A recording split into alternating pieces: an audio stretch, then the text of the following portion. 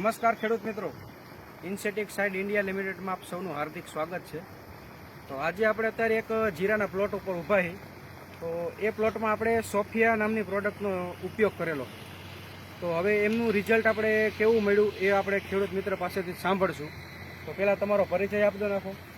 મારું નામ સહદેવભાઈ દલવાડી છે। તમારું ગામ, વેગડવાવ, તાલુકો, જિલ્લો, હળવદ અને જિલ્લો મોરબી। બરાબર।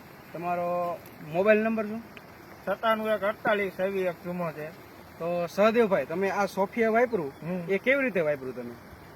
પાણી ભેગું પાવીને બાસાલીને જે રીતના પાવે ને હા, એ રીતના પાવ્યું। બરાબર। એટલે તમે 5 વીઘે તમે કેટલું 1 લીટર પાયું? 1 લીટર પાવ્યું। બરાબર। એટલે તમારા 20 વીઘાનું પડવું છે એટલે તમે આમાં કેટલા 4 લીટર પાઈ દીધું। બરાબર। તો હવે તમને આમાં બેનિફિટ કેવો રહ્યો તમને?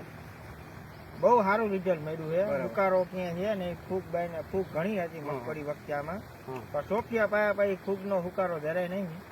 હજી લગભગ હજી આવ્યો જ નથી? એક હુકારો એક આવ્યો હુકારો નથી। બરાબર। તો તમે બીજા ખેડૂતને શું ભલામણ કરશો? સોફિયા પાવું જોઈએ। બરાબર। ફૂગ વાળી જમીનમાં સોફિયા પાવું જોઈએ।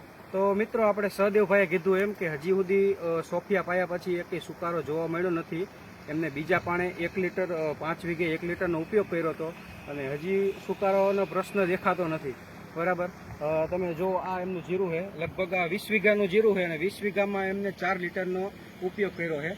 બીજા પાણે એમને સોફિયા પાયું હતું અને અત્યારે ત્રીજું પાણ ચાલુ છે। બરાબર। અને હજી સુધીમાં કોઈ પ્રશ્ન છે નહીં અને હજી એમ કહે કે ચોથું પાણ પાવાનું થાય ને તો સોફિયાનો ઉપયોગ કરવો છે।